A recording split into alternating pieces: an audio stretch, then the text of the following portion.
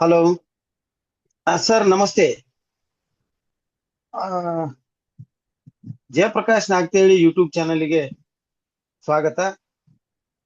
Sir ನಮಸ್ತೆ. ನಮಸ್ಕಾರ. ಚೆನ್ನಾಗಿದ್ದೀರಾ? ಚೆನ್ನಾಗಿದ್ದೀನಿ ಸರ್, ನೀವು ಚೆನ್ನಾಗಿದ್ದೀರಿ ಸರ್? ಎಸ್, ಹೇಳಿ. ಸರ್ ನಾನು ನಕಾರಾತ್ಮಕತೆ ಮತ್ತು ಸಕಾರಾತ್ಮಕತೆ ಅಂತೇಳಿ ನಾನು ಜಯಪ್ರಕಾಶ್ ನಾಗ್ತೇಳಿ ಸರ್ ಕೆಲವೊಂದಿಷ್ಟು ಕ್ವಶನ್ ಸಂದರ್ಶನ ಮಾಡಕ್ ಇಷ್ಟಪಡಾಕತ್ತೀನಿ. ಸರ್ ನೀವು ನಕಾರಾತ್ಮಕತೆ ಬಗ್ಗೆ ಆ ಏನು ಭಾವನೆಗಳನ್ನ ವ್ಯಕ್ತಪಡಿಸ್ತೀರಿ ಸರ್ ತಾವು? ನಕಾರಾತ್ಮಕತೆ ಗೊತ್ತಿರಬೇಕು, ಸಕಾರಾತ್ಮಕತೆ ಪಾಲಿಸಬೇಕು ಅಂತ ಹೇಳ್ತೀನಿ. ಏನಕ್ಕೆ ಅಂದರೆ ಈ ಭೂಮಿನಲ್ಲಿ ಕೆಟ್ಟವರು ಕೆಟ್ಟತನ ಏನಿದೆ, ಏನು ಮಾಡ್ತಾರೆ ಎಲ್ಲ ಗೊತ್ತಿರಬೇಕು ನಮಗೆ. ಆದರೆ ನಾವು ಅದರ ಭಾಗ ಆಗಬಾರದು. ನಾನು ಯಾವಾಗಲೂ ಸಕಾರಾತ್ಮಕತೆಯ ಭಾಗ ಆಗಬೇಕು.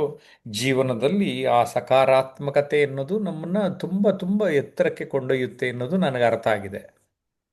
ನಿಜ ಸರ್. ಆದ್ರೂ ಈ ನಕಾರಾತ್ಮಕತೆ ಬಗ್ಗೆ ಕೆಲವೊಂದಿಷ್ಟು ಅರಿವು ಮೊದಲೇ ಇದ್ರ ಆ ಯಾವ್ದು ನಕಾರಾತ್ಮಕ ಅಂದ್ರ ನೆಗೆಟಿವ್ ಥಾಟ್ಸ್ ಏನು ಮುಂದೆ ಲೈಫ್ನಾಗ ಬರಬಾರ್ದು ಅಂದ್ರ ಅದನ್ನ ಯಾವ ತರ ಎಕ್ಸ್ಪ್ಲೇನ್ ಮಾಡ್ತೀರಿ ಸರ್ ತಾವು?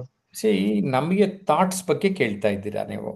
ನಮ್ಮ ಹಾ ಸರ್. ಸಕಾರಾತ್ಮಕತೆಯ ಥಾಟ್ಸ್, ಸುಮ್ಮನೆ ಉದಾಹರಣೆಗೆ, ಈಗ ಇಲ್ಲೊಂದು ಲೋಟ ಇದೆ. ಲೋಟದಲ್ಲಿ ನಾನು ಏನೋ ಬೇಡವಾಗಿದ್ದು ನೀರಿರುತ್ತೆ ಅಂದ್ಕೊಳ್ಳಿ. ನಾನು ಒಳ್ಳೆ ನೀರನ್ನ ಹಾಕ್ತಾ ಹೋಗ್ತೀನಿ. ಒಳ್ಳೆ ನೀರು ಹಾಕ್ತಾ ಹೋಗ್ತಾ ಇದ್ದಂಗೆ ಏನಾಗುತ್ತೆ, ಕೆಟ್ಟ ನೀರು ಬೇಡ ಅನ್ನೋದೆಲ್ಲ ಚೆಲ್ತಾ ಹೋಗ್ತದೆ. ಕರೆಕ್ಟ್. ಸೊ ಸಕಾರಾತ್ಮಕತೆನ ಹೆಚ್ಚೆಚ್ಚು ತುಂಬ್ತಾ ಹೋಗಿ ಅದು ಸೋರೋಗುತ್ತೆ. ನಿಜ ಸರ್, ನಿಜ. ಬಟ್ ನಂದೊಂದು ಪ್ರಶ್ನೆ ಸರ್. ಹ್ಮ್ ನಕಾರಾತ್ಮಕ ಬಗ್ಗೆ ಸ್ವಲ್ಪ ನಮ್ಗ ಅದ್ರದೊಂದು ಪರಿಕಲ್ಪನೆ ಇರಬೇಕಲ್ಲ ಸರ್. ಯಾವ್ದೋ ಒಂದು ಕೆಲಸ, ಯಾವ್ದೋ ಒಂದು ವಿಚಾರ, ಯಾವ್ದೋ ಒಂದು ವಿಷಯ ತಗೊಂಡ್ರು ಹ್ಮ್ ನಕಾರಾತ್ಮಕತೆ ಬಗ್ಗೆ ಸ್ವಲ್ಪ ನಮ್ಗೆ ಅರಿವು ಇರಲೇಬೇಕು ಅಂತ ನನ್ನ ವಾದ ಸರ್. ತಾವೇನ್ ಹೇಳ್ತೀರಿ ಸರ್? ನಾನು ಅದನ್ನೇ ಹೇಳಿದ್ದು. ಈ ಭೂಮಿ ಮೇಲೆ ಹಿಂದೆ, ಇವತ್ತು, ಮುಂದೆ ಪಾಸಿಟಿವ್ ನೆಗೆಟಿವ್ ಎರಡು ಇರ್ತದೆ. ಹಾ. ಅಂದ್ರೆ ನಾನು ಅದನ್ನ ಅರ್ಥ ಮಾಡ್ಕೊಂಡು, ಹ್ಮ್ ಉದಾಹರಣೆಗೆ ಮಹಾಭಾರತ ಕತೆ ಬೆಸ್ಟ್ ಎಕ್ಸಾಂಪಲ್. ಅಲ್ಲಿ ಪಾಂಡವರು ಇದ್ರು, ಅಲ್ಲಿ ಕೌರವರು ಇದ್ರು. ಹೌದು. ನಿಜ. ಅದೇ ತರ ಈಗ ನಮ್ಮ ಚಲನಚಿತ್ರದಲ್ಲಿ ಯಾವುದೇ ಸ್ಟೋರಿ ತಗೊಳ್ರಿ, ಒಬ್ರು ಹೀರೋ ಒಬ್ರು ವಿಲನ್ ವಿಲನ್. ಇರ್ತಾರೆ. ಆದರೆ ವಿಲನ್ಗಳನ್ನು ಸ್ವಲ್ಪ ಜಾಸ್ತಿ ವಿಜೃಂಭಿಸ್ತಾ ಇದ್ದಾರೆ ಅಷ್ಟೇ ಈಗಿನ ನಮ್ಮ ಫಿಲಮ್ ಡೈರೆಕ್ಟರ್ಗಳು, ಪ್ರೊಡ್ಯೂಸರ್ಸು. ಹ್ಮ್. ಅದೇನೋ ಗೊತ್ತಿಲ್ಲ ನಮಗೆ, ರಕ್ತ ಜಾಸ್ತಿ ತೋರಿಸ್ತಾರೆ. ಹ್ಮ್. ಆಮೇಲೆ ಪ್ರಪಂಚ ಎಲ್ಲ ಹಾಳಾಯ್ತೇನೋ ಅನ್ನೋ ಒಂದು ಫೀಲಿಂಗ್ ಕೊಡ್ತಾರೆ.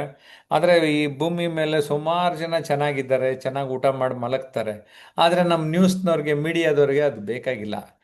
ಅಲ್ಲಿ ಯಾರಾದ್ರು ಹೆಚ್ಚು ಕಡಿಮೆ ಮಾಡ್ಕೊಂಡವ್ರದ್ದು ಅಷ್ಟೇ ಸುದ್ದಿ ಮಾಡ್ತಾರೆ. ಅದು ಅವ್ರ ಉದ್ಯೋಗ, ಅವ್ರೇನೋ ಮಾಡ್ಕೊಳ್ಳಿ. ಆದರೆ ಜನ ಏನು ಅನ್ಕೊಂಡ್ಬಿಡ್ತಾರೆ, ಇಡೀ ಪ್ರಪಂಚ ಎಲ್ಲ ಕೆಟ್ಟೋಗ್ಬಿಡ್ತು ಅಂತ ಅನ್ಕೊಂತಾರೆ. ಅದು ಹಾಗಲ್ಲ ಅಲ್ವಾ?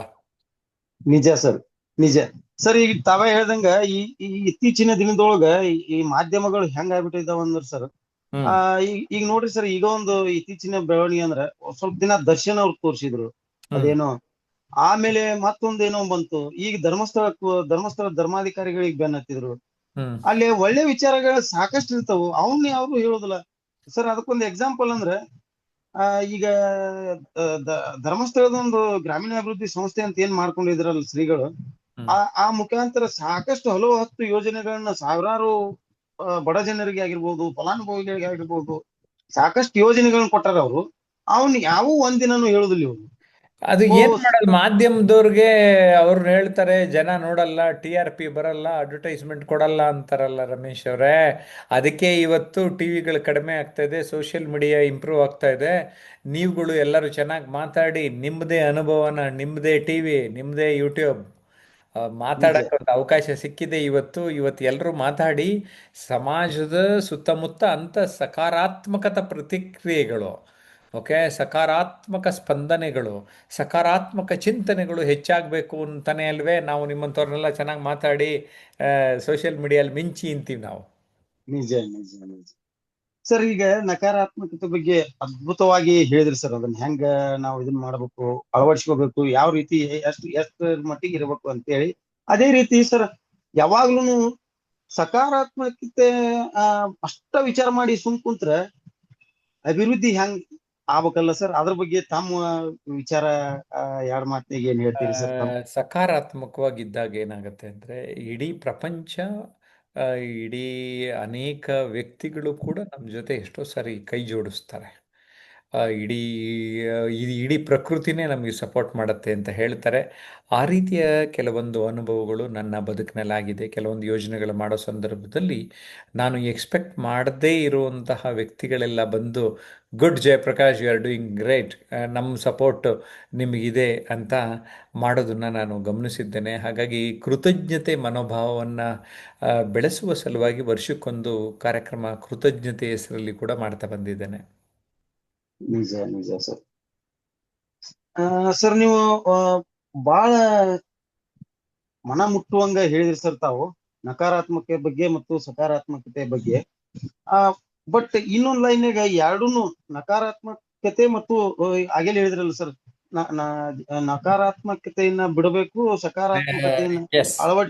ಅಳವಡಿಸ್ಕೋಬೇಕು, ಸಕಾರಾತ್ಮಕತೆಯನ್ನ ಅಳವಡಿಸ್ಕೋಬೇಕು ಅಂತೇಳಿ ಬಹಳ ಅದ್ಭುತ ಇತ್ತು ಸರ್. ಎರಡೂನು ಹೋಲಿಕೆ ಮಾಡಿ ಒಂದ್ ಬ್ಯಾಲೆನ್ಸ್ ಮಾಡಿ ಹೋಗ್ಬೇಕಂದ್ರೆ ಯಾವ ರೀತಿ ಇರ್ಬೇಕು ಸರ್ ಅದನ್ನ?